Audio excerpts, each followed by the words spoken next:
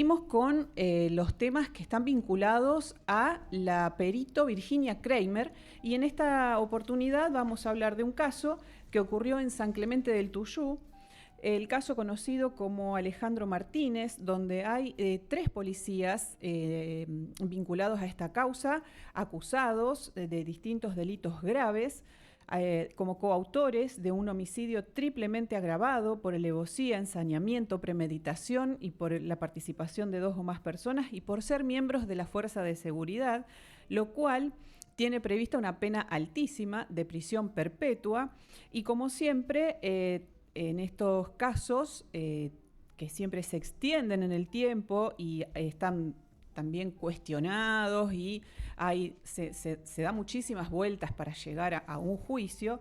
Bueno, efectivamente este caso va a llegar a juicio en septiembre de este año y va a tener, bueno, sentado en el banquillo de los acusados a estos tres policías acusados de estos delitos tan graves. Pero bueno, para darles un pantallazo más o menos de qué se trata este tema, Alejandro Martínez es una persona de 35 años, oriundo de Bransen, que en la madrugada del 18 de noviembre de 2021 bueno, fue detenido por la policía a partir de un llamado al 911 la noche del 17 de noviembre de 2021.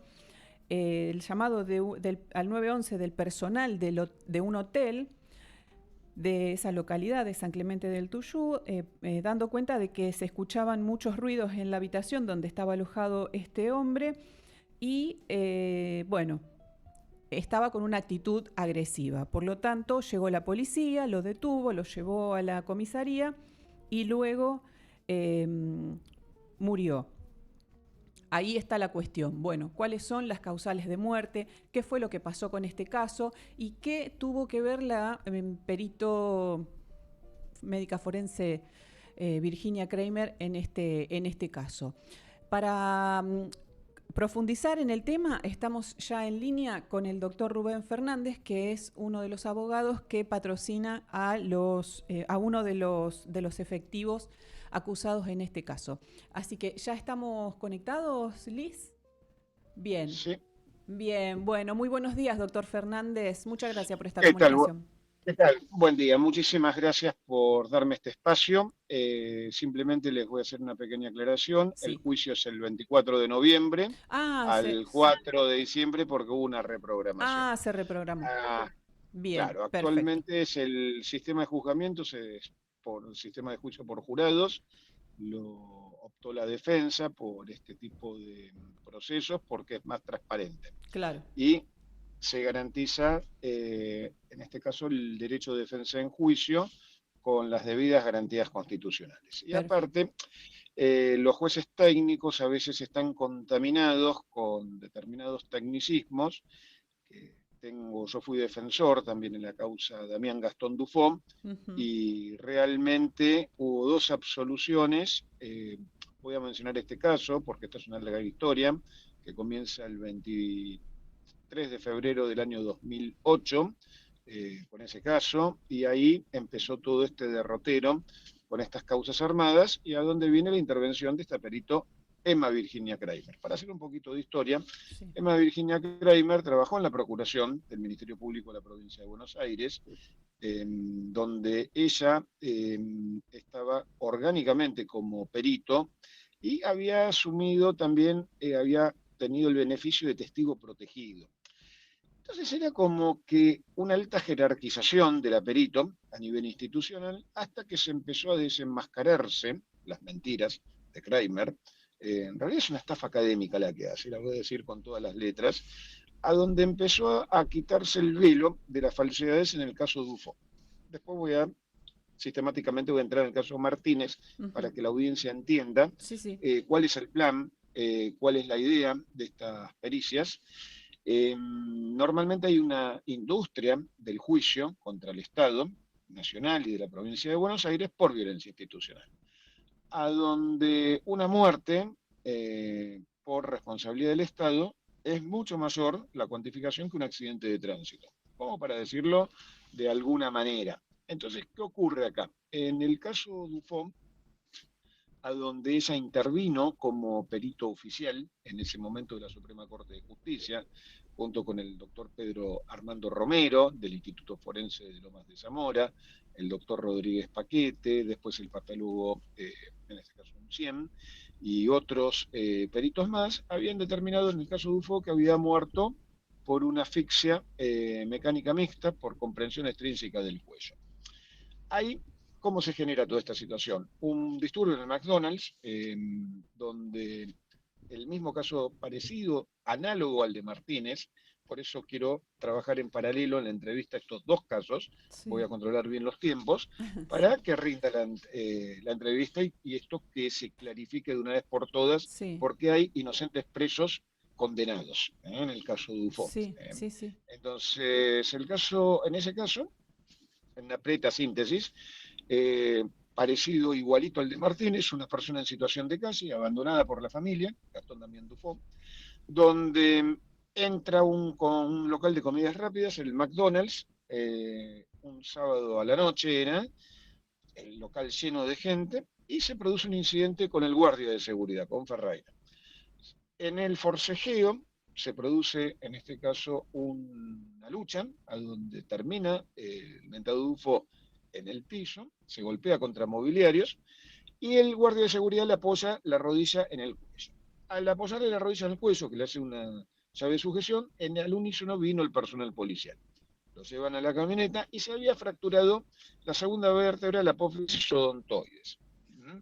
Ahí se hizo una compresión en la médula. En el traslado al hospital, porque van a la comisaría segunda de Ramos, que tarda 6 minutos por el ABL, entonces lo llevan a Dufo el personal policial porque no estaba en condiciones de ser asistido, de ser ingresado en una dependencia policial, porque tenía en este caso una patología, un brote, en ese caso un brote psicótico, como pasó con Martínez. Entonces el comisario que estaba, el subcomisario que estaba de turno en ese momento, Walter Cesari, decide, ordena que se lo lleve al hospital. En el trayecto termina falleciendo. El doctor Tedesco, del Hospital Instituto Güemes de Aedo, determina directamente el estado de óbito.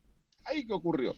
La primera autopsia que determina que muere directamente por un infarto agudo miocardio y que había una fractura de la apófisis odontoides y que se podía haber fallecido con cualquier tipo de traslado, sea en ambulancia, en bomberos y con policía. Eso lo dictaminó el doctor Falomo Sireno.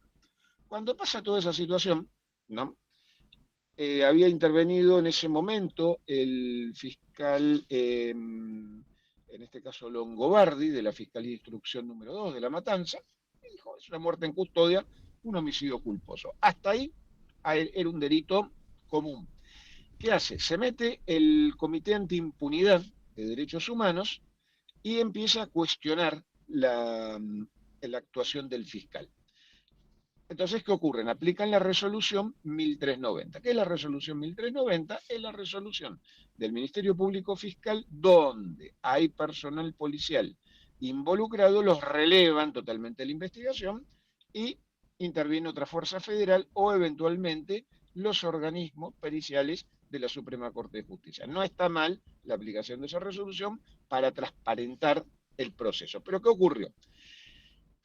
Interviene el fiscal Guillermo Bordenave, de la UFI número 3 de La Matanza, y ordena que se realice una reautopsia en el Instituto Forense de Lomas de Zamora. Ahí es donde empieza a notarse la primera intervención de Emma Virginia Kramer, donde ella, juntamente con los peritos, realizan una valoración, en este caso parcial, del mecanismo y conclusión de muerte del mentado Dufo, y tenía una determinada cantidad de lesiones de distinta data, de distintos tiempos. Por el horario que se había generado, por el llamado directamente al 911, la activación del arma antipánico de ese local de comidas, en paralelo con el Hotel Fontainebleau, entonces se determina un determinado orden cronológico de lesionología. Entonces, ¿qué ocurre? Cuando ellos dictaminan, dice que tenía 91 lesiones vitales. ¿Qué significa el término vital? Que las lesiones son producidas en vida. Cuando cuando se eleva la causa a juicio por el delito de tortura seguida de muerte, ¿yo qué hice? Yo pedí una ampliación de la pericia anatomopatológica en la morgue judicial de la Nación Argentina. ahí intervino la patóloga Daddario, a donde dictamina que la data de las lesiones era de 30, 60 minutos y hasta 90 minutos. Haciendo una cuenta retrospectiva del horario de muerte, del horario de constatación, del estado de óbito, determinaba que las lesiones fueron producidas en el McDonald's. De hecho, en el pleno juicio se pidió la reconstrucción del hecho y se hizo todo el traslado desde el McDonald's hasta la comisaría segunda de Ramos y hasta el Instituto Aedo. El móvil tardó 6 minutos en llegar. Entonces, ¿qué ocurre? En esos 6 minutos el fiscal había argumentado que se le habían causado 91 lesiones traumáticas y maltrato, entonces configuró el delito en tortura. El tribunal, esos argumentos, no se lo creyó a la fiscalía y cuando va a declarar la doctora Emma Virginia Kramer, hizo una fulash diciendo que el golpe, que las fracturas costales, entonces que eran de vieja data, en el caso de Dufo, parecido igualmente al de Martínez, entonces habían sido producidos en la caja trasera del móvil policial, cuando todos iban sentados con chalecos antibalas y con una movilidad reducida, los 5 policías. En resumidas cuentas, 6, para ser más exactos, porque uno se suicidó en el interior de la celda en el caso de Mansilla. ¿Por qué digo todo esto? Porque he conocido el caso y participé en los 2 juicios y la conozco esa causa al dedillo. Sí. Concretamente, se los absuelve directamente en el Tribunal de Juicio número 5 de La Matanza por unanimidad el 9 de mayo del 2009, fecha del veredicto absolutorio, y después el particular damnificado y el Ministerio Público Fiscal interponen recurso de casación, anulan la sentencia absolutoria, fíjense las inequidades, esto empieza toda esta historia en el 2008, que es terrible. Entonces, 2 años después anulan la sentencia, entonces 3 años después anulan la sentencia y se realiza un nuevo juicio. Ahí se designa otro tribunal, el Tribunal Oral número 4 de La Matanza, con la intervención de Saibene, Fiumara y el otro juez, y otro juez que ahora en este momento no tengo tan presente el apellido. Bueno, por unanimidad vuelven a ser absueltos. Vuelve la misma suerte, recurren a casación y casación ya no podía anular 2 sentencias, la segunda sentencia absolutoria. Entonces, ¿qué hace? Casa la sentencia absolutoria, ¿no? Entonces, y hace una condena por reenvío. Bien, ¿ahí qué ocurrió?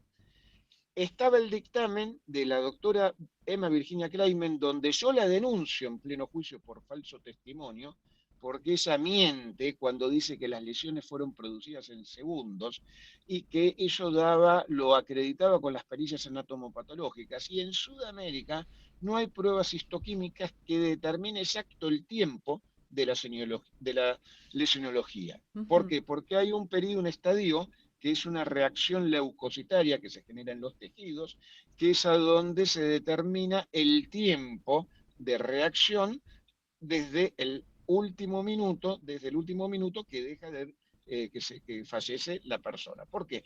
Porque la muerte no es un suceso, es un proceso que se genera. Bien.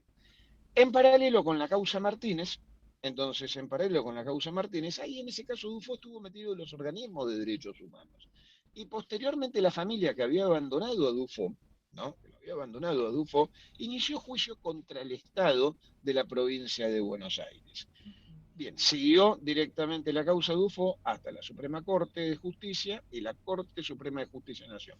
Yo en ese tiempo había interpuesto un recurso, en este caso un per saltum, en la Corte Suprema de Justicia de Nación, por gravedad institucional, porque sabía que en provincia de Buenos Aires no tenía garantías constitucionales, pero ya estaba la decisión de condenar a esos 5 policías, de los cuales hay 3 detenidos con una prisión perpetua firme, que ahora se interpuso el recurso en la Corte Interamericana de Derechos Humanos por violación a ser juzgados en un plazo razonable y por toda la responsabilidad que tiene el Estado argentino. En el caso de Martínez, que pasa el hecho el 17 de noviembre del 2021, ¿qué ocurre? Martínez era una persona, como usted bien lo dijo, oriundo de Bransen, pero venía con problemas de adicción. ¿Por qué? Porque era cocainómano.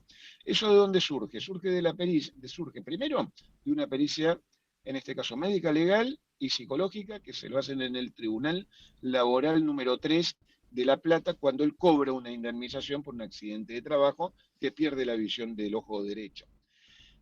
En esa pericia lo que indicaba que Martínez, en este caso, tenía, en este caso, la adicción, en este caso, si era adicto, ya venía con el consumo de drogas del año 2017, 2018. A raíz de esa adicción, ¿no? Pasó el tiempo y Martínez, cuando se encontraba en la ciudad costera de San Clemente del Tuyú, que había ido a irse a vivir, porque estaba separado de la mujer, de la Bagna, que está demandando al Estado de la provincia de Sí, Buenos está como Aires, de querellante. hecho, ella está como particular damnificada, y a su vez la Bagna lo había denunciado por violencia en su momento Martínez. Ujú. Entonces, ¿qué ocurre?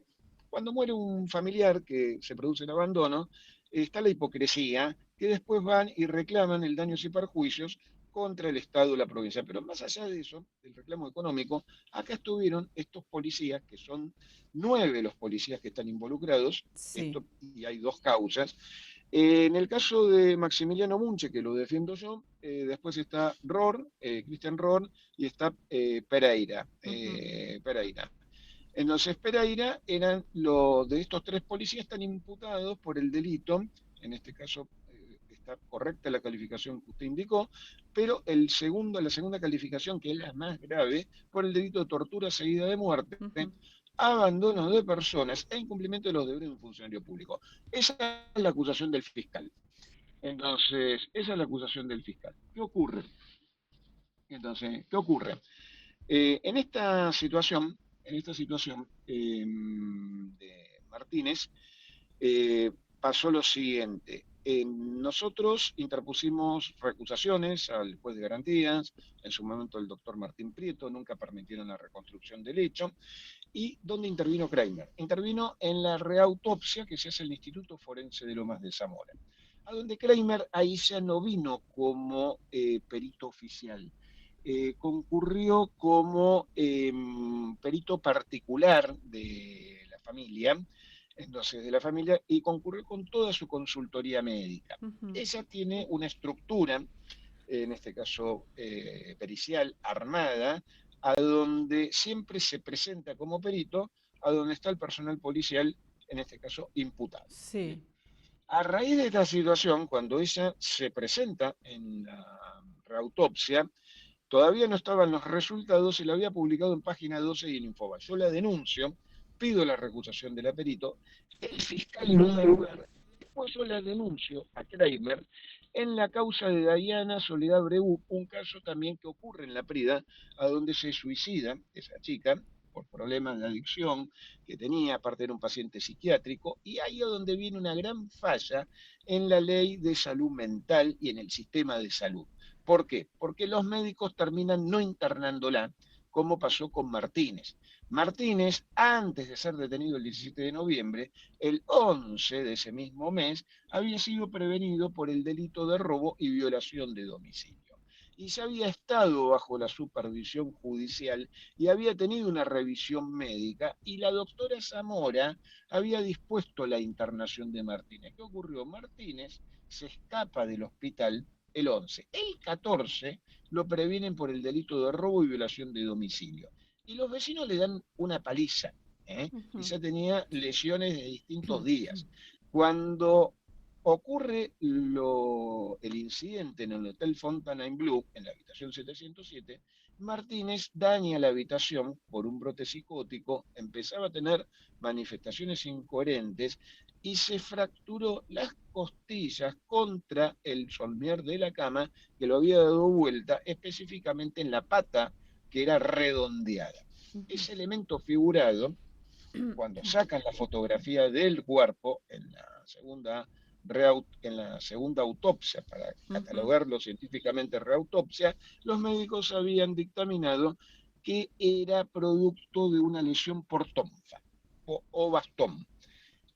Entonces, ¿qué ocurre? Esa filmación que se aporta a la causa, el fiscal, el doctor Martín Prieto, no se la pasó directamente al cuerpo médico de Lomas de Zamora, ocultó información. Sí. Ese ocultamiento de pruebas hizo, bonificó que armen un dictamen totalmente tendencioso sin la totalidad de la información médica de Martínez, sin la historia clínica del hospital, en este caso de San Clemente, que está aledaño a la comisaría tercera. Y acá tenemos otro temita más importante. Cuando le van a dar el ingreso a Martínez, en la dependencia policial, piden, en este caso, solicita en este caso el oficial de servicio, Mujica, que le hagan un precario médico. ¿Qué es el precario médico?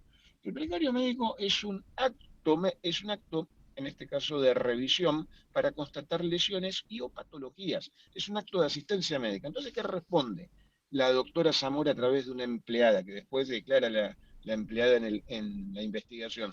Declara, los precarios médicos los hacemos de las 8 de la mañana en adelante. Entonces, ¿qué ocurre? Se coacta en el libro de novedades, en el acta de procedimientos, que no se estaba realizando el precario médico por disposición de la doctora Zamora, y fallece, cuando le ingresan a Martínez, estaban tomándole la declaración a Marcelo Bonavita, el oficial Carlos García. Y estaba también la empleada de Bonavita, Merino, y la esposa, en este caso su Rocco, entonces que eran los dueños del hotel, estaban haciendo la denuncia por el delito de daño. Entonces cuando le ingresa a Martín, ingresa gritando. ¿Por qué? Porque se resistía. Claro. Cuando le ingresan al calabozo, empezó a patear las rejas, las paredes, como hace cualquier persona que está con una situación de brote, y después, al cabo de unos 30, 40 minutos del ingreso, se lo deja de escuchar al prevenido, a Martínez. Cuando se lo deja de escuchar, va a la imaginaria de calabozo. Entonces, a ver, fíjate qué está pasando con Martínez, que dejó de gritar. Y lo ven boca abajo, que estaba arriba del colchón inífugo. Entonces, y ahí abrieron la celda, lo dan vuelta y le empiezan a hacer maniobras de RCP. Ahí Carlos García sale corriendo al hospital, ¿no? Pide ayuda médica, viene la doctora Zamora con la enfermera, con el ambulanciero, hacen toda la operatoria médica, la corren a Mansilla, que estaban haciendo directamente RCP, la corren a Mansilla. Entonces, cuando la corren a Mansilla, la doctora Zamora dice, no hay más nada que hacerle, falleció. O se les moría a ustedes o se nos moría a nosotros. Claro. Después nosotros pedimos una segunda opinión médica en la Unidad Criminalística de Alta Complejidad de la Policía Federal Argentina, y que determina que muere por una multiplicidad de factores y con un neumotórax, producto de un neumotórax. Entonces, todas estas cuestiones que les manifiesto, ¿no? ¿Por qué se lo digo? Por una cuestión muy sencilla. Por una cuestión muy sencilla. Martínez estaba en una situación de calle, tendría que haber estado acompañado por un familiar en todo momento, porque no se podía valer a sí mismo. Y al margen de ello, que no solamente que no se podía valer a sí mismo, tenía la problemática de la adicción y a su vez ya venía con múltiples lesiones que, si uno las analiza en forma individual, no eran idóneas para causar la muerte. Entonces, no eran idóneas para causar la muerte. Entonces, puntualmente lo que ocurre acá para la audiencia, nos encontramos con una persona que estaba en una situación de vulnerabilidad, y que acá la crisis, ¿dónde viene? Del mismo sistema judicial, que no lo internó primigeniamente y no ordenó una internación compulsiva, porque si lo hubieran internado a Martínez, tal vez hoy hubiese estado con vida, pero esa responsabilidad viene del mismo Poder Judicial de la provincia de Buenos Aires. Acá Emma Virginia Kramer, que es una perito mentirosa y es una estafadora intelectual, que tiene una denuncia también por la causa de Astudillo en el Juzgado Federal de Bahía Blanca. Sí, por la cual ya fue indagada. Porque fue indagada, y si fue indagada porque hay elementos de sospecha Claro. de la comisión del delito, entonces es una perito que no resulta creíble. Entonces, pero, acá, doctor, sí, si está escuchando todo el derrotero, ¿no?, que usted ha contado claramente, ¿cómo es posible que la justicia siga tomándose o tomando sus dictámenes para seguir condenando a personas inocentes? Mire, se lo voy a contestar. Es fácil. Yo tengo 30 años en el ejercicio de la profesión. Tengo arriba de 5.000 juicios orales, ¿eh? Sí. Para darle una idea. Siempre defendí personal policial, entonces, en toda mi vida profesional. ¿Sabe cuál es el problema? Que los jueces tienen un sesgo ideológico, entonces, contra la policía. Porque cuando si una absolución de un policía en casación, te la revisan y terminan nulificándola por la teoría de la errónea valoración de la prueba. Entonces, ¿qué ocurre? Toda esta situación por el famoso argumento del absurdo probatorio. Ahí te puedo decir nombres de camaristas como Maidana, Mancini, que han anulado sentencias absolutorias, claras. Te puedo hablar del caso Gorosito, te puedo hablar de la causa Gabriel Blanco, que hasta tuvimos que elegir en el segundo juzgamiento un juicio por jurados, que era un suicidio que ocurre en la comisaría de San Carlos de La Matanza en el año 2007, previo al caso Dufo.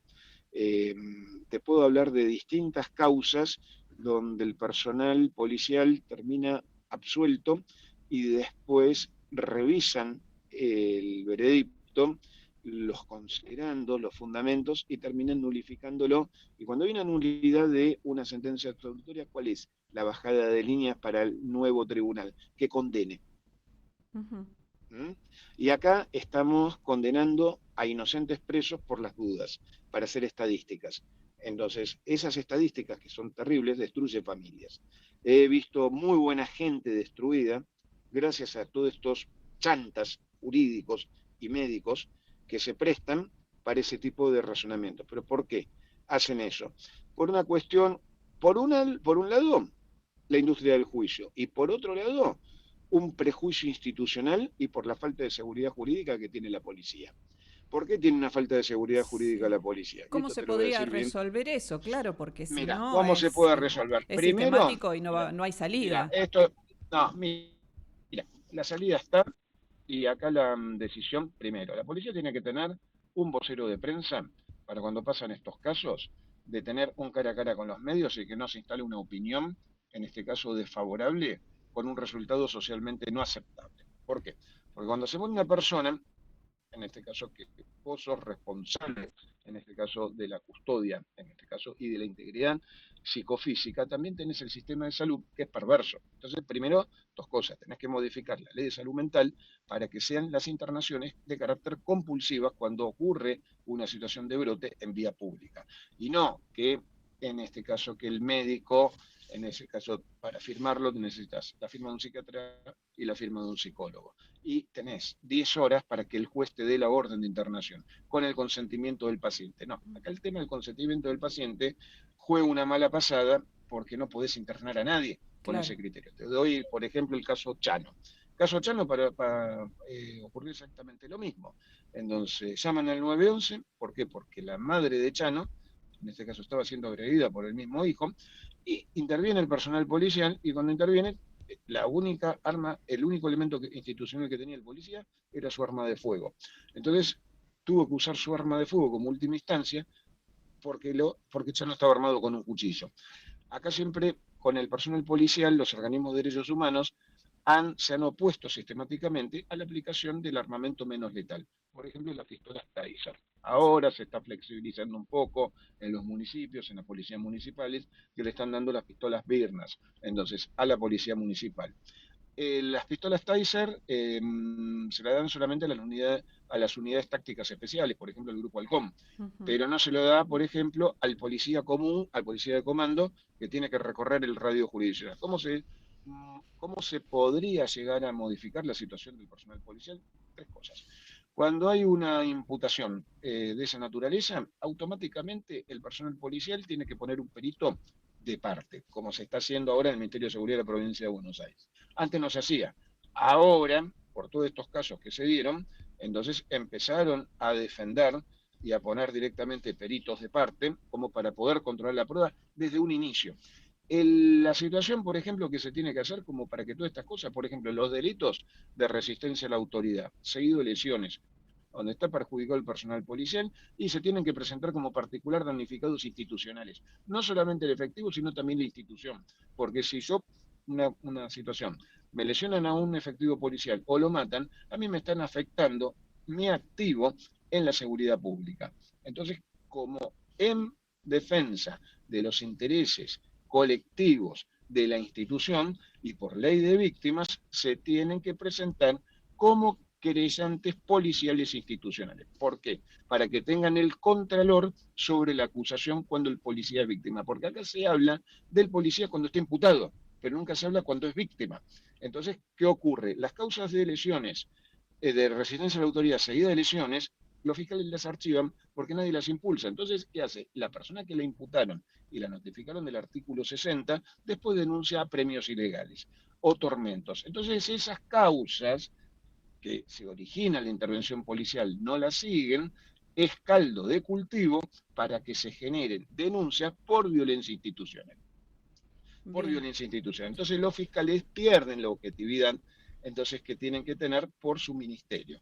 Entonces, para poder equilibrar la balanza, hay que hacer una reforma legislativa en la ley de salud mental, en el Código Procesal Penal de la Provincia de Buenos Aires, que se modifique y que se instale la figura del particular damnificado institucional, de acuerdo también a la ley de víctimas, y que le permitan a la policía presentarse en las causas también cuando terminan siendo afectados los efectivos. Y en el caso de estar imputados, también tienen que tener el debido derecho de defensa en juicio a nivel institucional hasta que tengan una sentencia condenatoria firme. Y después lo que se tiene que realizar en esta situación es controlar la prueba desde un inicio. Entonces, ¿por qué motivo? Porque a veces normalmente el policía confía en el fiscal. ¿Por qué? Porque trabajan en forma continua.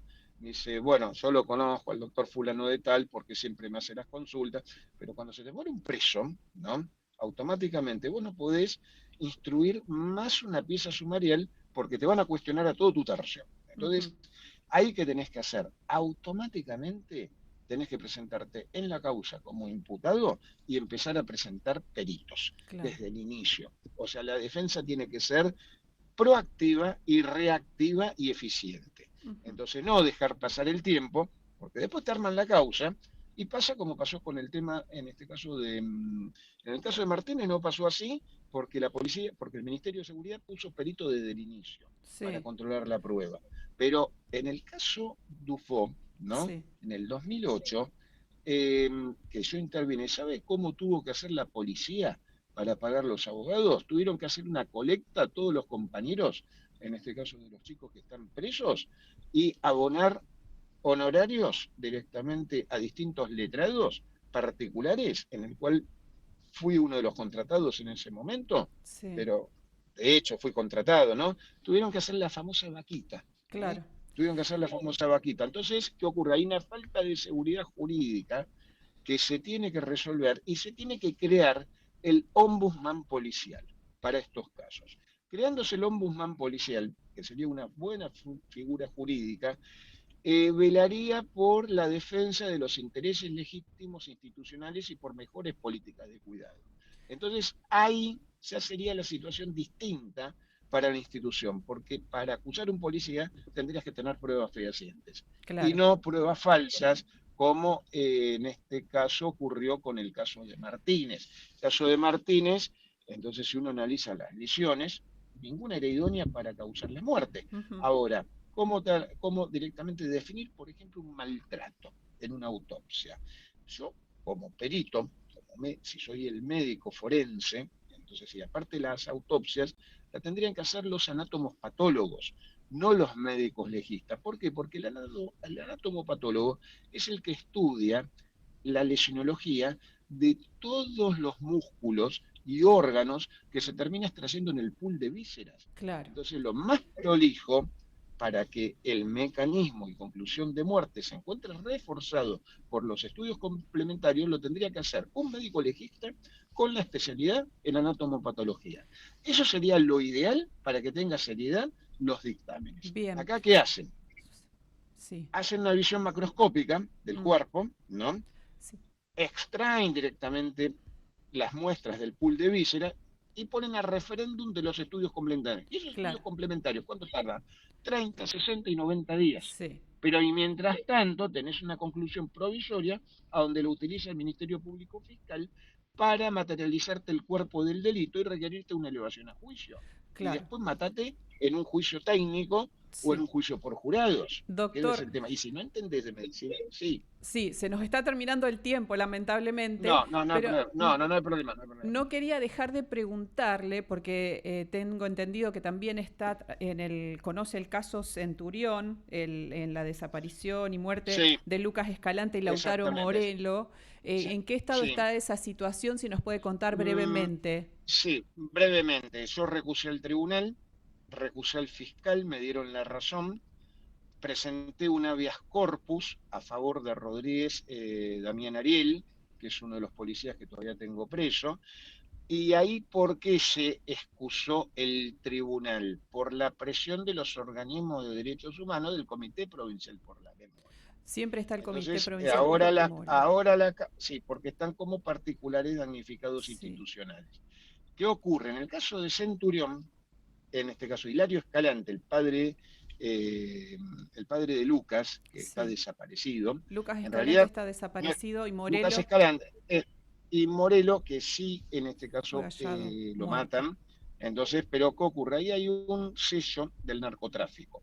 ¿Por qué? Porque Hilario Escalante se quedó con plata de los Alvarados cuando roban una camioneta Toyota en la unidad penal de Ezeiza. Entonces, como represalia, en este caso el clan Peloso, entonces Peloso contrata un grupo, en este caso de sicarios, y le secuestran directamente al hijo, en este caso, y como advertencia, matan a Lautaro Morelo. Ujú. Por eso nunca apareció restos genéticos de Lucas Escalante.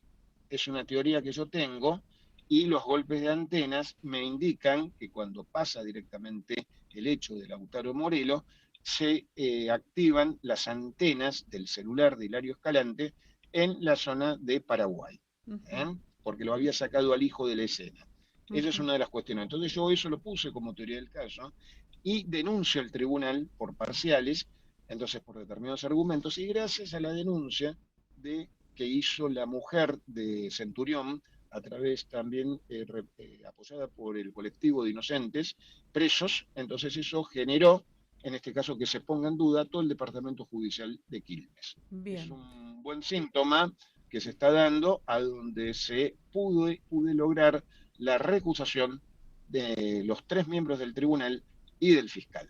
Y bien, ahora voy con un recurso extraordinario en la Suprema Corte de Justicia de la Provincia de Buenos Aires para la liberación de Rodríguez. bien. Bueno, doctor, muchísimas gracias por esta comunicación con Se Presume Culpable. Vamos No, a por seguir favor. todos estos casos y bueno, ya vamos a ver cómo van avanzando.